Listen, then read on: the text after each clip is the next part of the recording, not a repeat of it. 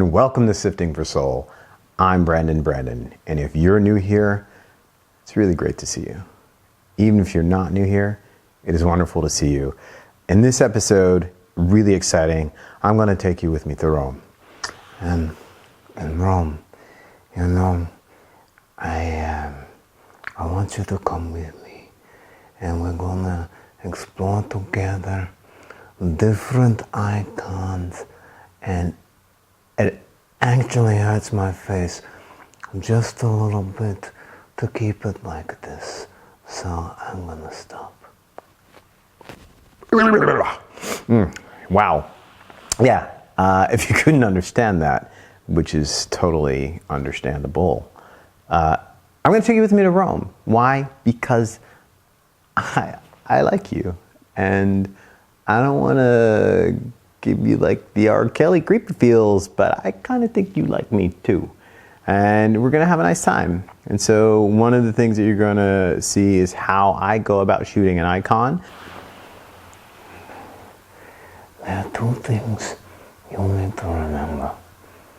First, never leave the family. Second, let's get it.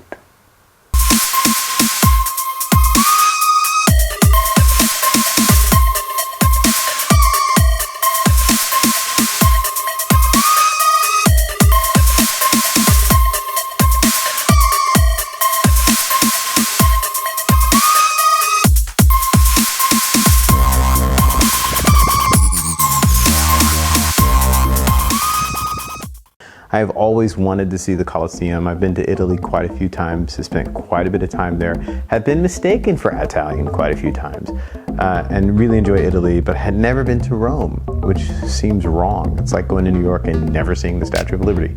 But I'd never been to Rome. And so I went to Rome recently, got some great shots, got some fantastic shots. One of them is actually hanging up on the wall over there, which, maybe I'll show you. Stick to the point. I'm going to take you with me to Rome, and I'm going to show you how I go about trying to shoot an icon, the Colosseum, in a new and interesting way. Before we get into Rome, I was already in Rome, but before we get into this episode about Rome, I have some useful updates. I have some meaningful updates to share with you. I'm super excited to share with you. Today is Thursday, and so 2 days ago on Tuesday, it was the first day that I woke up and I didn't feel overwhelmed. If you've been following along, and I hope you have, I've been struggling with depression, really struggling to maintain a positive mood since I started struggling probably somewhere in the neighborhood of September, got really ugly by November, and I needed to step away and just deal with that, and spent some time dealing with it. I'm still dealing with it in therapy and making healthy choices, and that's been, it's hard because, it's hard because it's an illness, but in addition to that, it's difficult because it's hard to know how long it's going to be. Like, is it just going to be a day? Is it going to be a week, a month, 3 months, a year? How long is it going to feel awful when everything else is actually great, but it just feels awful? So Tuesday, it felt like things really broke. It was the first day where I felt like not overwhelmed and not this tremendous sense of despair, and that's quite a relief. There's no guarantee that it stays up. Like it's hard to predict these things, and so it will change. But that was a positive sign. So I'm continuing to feel things other than just hopelessness and despair, and so that's a great relief. And I hope you're feeling wonderful things and things other than hopelessness and despair in your life. And if you're not, get some treatment and don't give up on yourself, because you're worth it. And I know I joke sometimes, but I mean that. If you Google the Colosseum and then you search for images, here's what you're going to find. You'll see a lot of images like this top one. Notice the first three are all pretty much the same perspective, slightly different angles, slightly different focal lengths, but pretty much the same perspective.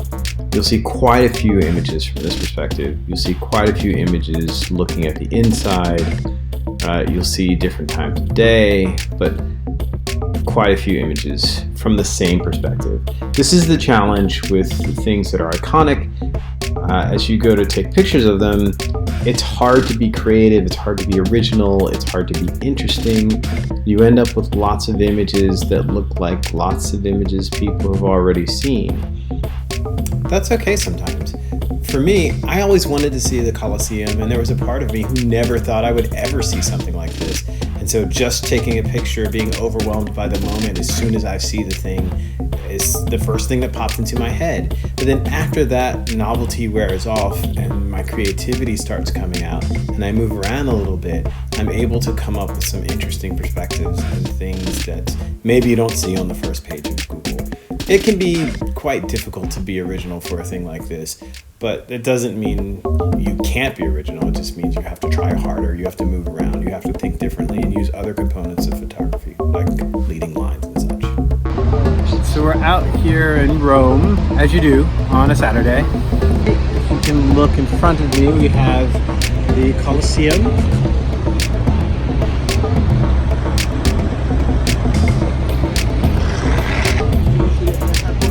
As you can see, the sun is setting behind the Colosseum.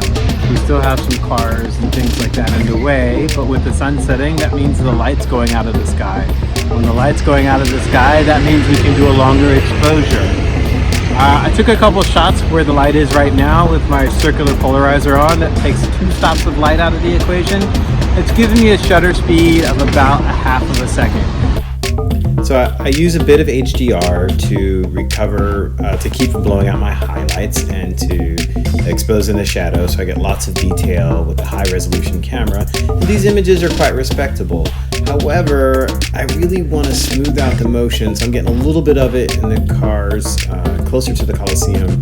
But these traffic lights are long, and so I need to come up with a better solution if I want to blur motion. So what I want to do is I want a longer shutter speed because I want to blur all the people out of the shot, and I want to also blur the vehicles and get some like streaky lights if I can. I may not see the streaky lights because it's still daytime, but if I can, I want to. So for that, I'm going to use one of my Lee filters, and I have the little stopper, which is 6 stops. I have the big stopper, which is 10 stops, and then the super stopper, which is 15 stops. I'm going to try the little stopper first. I think the little stopper should get me about to where I want to be. I don't want to have to go into bulb mode. I want to be about 30 seconds-ish. I think that should do the trick, so we'll see.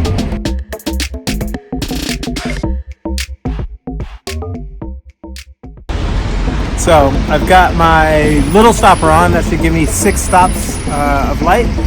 And let's see where we come in metering. So metering, I'm shooting my standard. I'm at f22, ISO 100, GPS on top as you can see. Cool, so this is giving me an exposure of about 25 seconds, which is just about right for what I want to shoot here. So let's give it a shot and see what we get. Cool, so 25 seconds. I'm also going to bracket this. We'll see what we get. So if you don't recall the math, basically each time you double your shutter speed, you add a stop of light, and I need to accommodate for 6 stops of light. So I started with a ½ second shutter speed, so 1 stop is 1 second, 2 stops will be 2 seconds, 3 stops will be 4 seconds, 4 stops will be 8 seconds, 5 stops will be 16 seconds, and 6 stops is, you guessed it, 32 seconds. You don't have to memorize this, there are apps that do it for you. Alright, so let's see how that came out. Okay, so that's pretty good, but it's a little bit underexposed, which is fine, because what I actually want to do is then I'm going to boost it to a minute, and then that should blur out things even further. So at 25 seconds, I can still see some of the cars in the shot, and it's underexposed a little bit, so I'm going to boost it to in a minute. Let's see what we get there.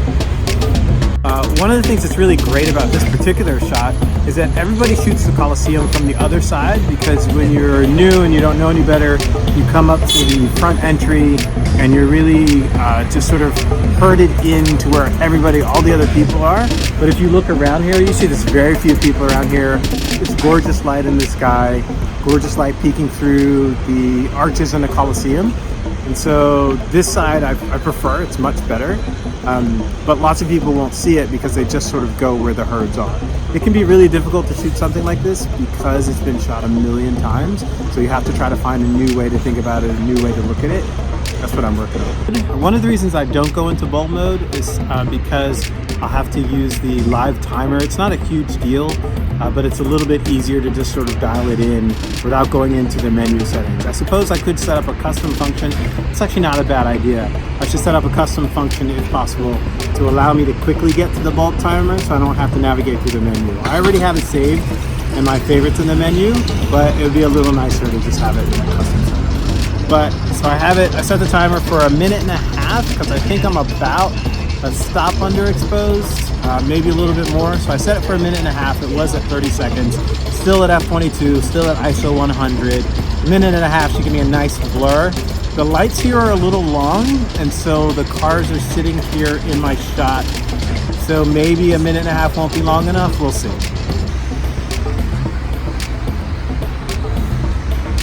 So we're getting there. So in this shot you can see because the cars are sitting at the light, I still get some cars in my shot. We have a bit of a break now, so I'm hoping to get a clear shot with the break that we have going on and hoping not too many cars back up at the light. And then, because of the way the contrast is working, if I get the exposure right on the Colosseum, my sky's a little blown out. If I get the sky correctly, the Colosseum's underexposed. So the HDR comes into play there. Right now I've got a great break with the car, so I'm hopeful it stays this way throughout the duration of my exposure, for most of my exposure, so it averages out to being nice and empty. Alternatively, I can put on another ND filter. I have the 10 stopper, and so if right now I'm at 1 minute, then you do the math. If I keep the rest of the exposure the same, then from 6 stops to 10 stops, so we would go 1.5 minutes, doubled is 3 minutes, double that to 6 minutes, double that to 12 minutes, that's 3 stops, and then double that one more time to 24 minutes. Probably don't want to be standing around for 24 minutes, and so I could get 2 stops of light back if I take off the circular polarizer, because I'm not really at 6 stops, I'm really at 8 stops. So if I get 2 stops back, then I'm really doing a 6-minute exposure, and that could be enough to really get the effect that I'm having. Alternatively, I could just wait here for a little bit, and then it'll get darker, I lose light in the sky, and based on that, I get the shot out. Okay, so I don't really want to be here for 6 minutes trying this out. It's a nice shot, but it's not an amazing shot. I think I like this shot better when the sun sets, and I come back and I can shoot it and get streaky lights out of the cars. I think that's going to make this sort of the shot that I like. It's not really worth spending the time because I'm losing the sky, and I know I'm going to have to do a lot in Photoshop and post-processing to get both the sky and the Colosseum. I'm just going to go ahead and come back and shoot this at night, I think. Maybe take one more with the contrast in the sky, just with my polarizer, not with the ND filter. And that pretty much wraps up this episode of Sifting for Soul. Thanks for joining me in Rome. I hope you had a good time. I know I did. The shot that I want to leave you with is the last shot that I ended up taking. I just had my circular polarizer. I did it with HDR so I could recover the shadows, and I could also keep my highlights, as you know. And it ended up being a 1/2 second. And while I was waiting for that break where I could get no people and clear traffic, that's the shot that I actually ended up liking the most. And it's rather unusual. Go on Google and see if you see this particular shot. If you put in Colosseum, you won't see many, if any, of this particular shot. Although you might see some now, because while I was standing up there taking it, other people decided to take it as well. But that's all good, because that means they're being more original as well. That doesn't really make sense. But you know what? It's okay. Not everything has to make perfect sense. Here are the thoughts I want to leave you with. I talk about mental health because it's important, because it matters. Because if we don't talk about it, then the only time we will talk about it is when something terrible happens, and that feels like it's too late. So, an ounce of prevention, as the saying goes. From the photography perspective, shooting icons without being cliche is really hard. But that doesn't mean you shouldn't shoot it. It doesn't mean you shouldn't capture the memory. It means you should move around, you should change viewing angle, You should use other elements of photography like long exposure, use other compositional elements like leading lines and S-curves. But stay creative and stay original. In some cases, it just might be flat out impossible. And that's okay too, because not everything is going to go up on the wall. Some things are going to be just beautiful memories and practice. And there ain't nothing wrong with that. So let me know in the comments what techniques you use to stay original and creative.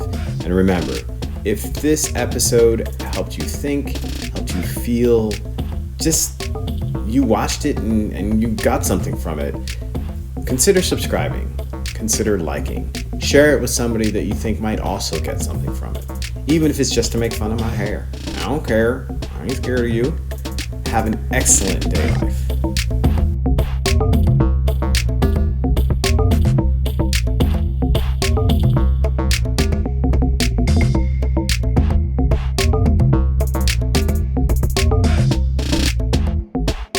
If you've been following along, then you know I've been struggling with depression, just struggling to manage my mental health.